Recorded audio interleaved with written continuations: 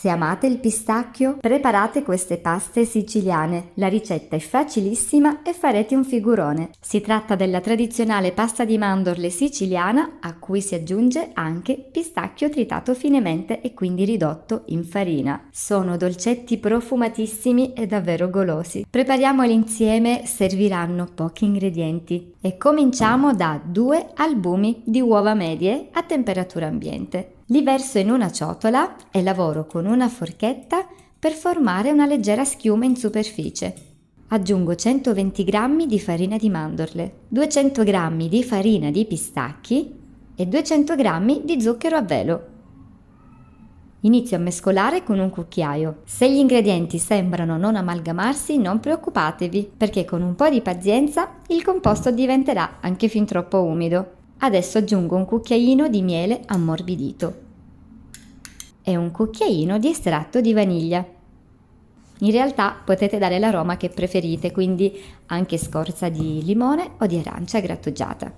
Un'altra mescolata e poi continuo a lavorare con una mano per amalgamare bene tutto ed eventualmente sciogliere anche qualche grumo presente. Il composto è molto appiccicoso, ma rovesciandolo sul piano di lavoro cosparso di zucchero a velo si riesce comunque ad ottenere un panetto lavorabile e più compatto. Per renderlo perfetto avrà bisogno di riposare in frigorifero, quindi lo avvolgo con della pellicola e lo metto in frigo per minimo un'ora. Se riposa di più, ancora meglio. E adesso è giunto il momento di riprendere il mio panetto, che come vedete è molto più compatto. Lo divido in 2 per comodità e poi allungo con le mani per formare un filoncino. Da questo ricavo pezzetti più piccoli di circa 25 grammi. Ogni intocchetto di pasta sarà un dolcetto e ora posso dare alle mie paste al pistacchio la forma che più preferisco. Quelle che amo di più sono tondeggianti e ricoperte di zucchero a velo. Quindi formo una pallina, la tuffo nello zucchero e metto in teglia foderata con carta forno. Su ognuna di queste palline aggiungo un pistacchio intero, premendo leggermente.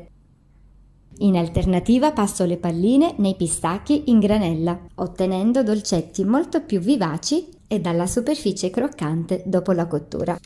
Possiamo anche realizzare la tradizionale forma ad S. Allungo la pasta per formare un piccolo filoncino di circa 8 o 10 cm. Lo passo nello zucchero a velo e poi appunto formo una sorta di S.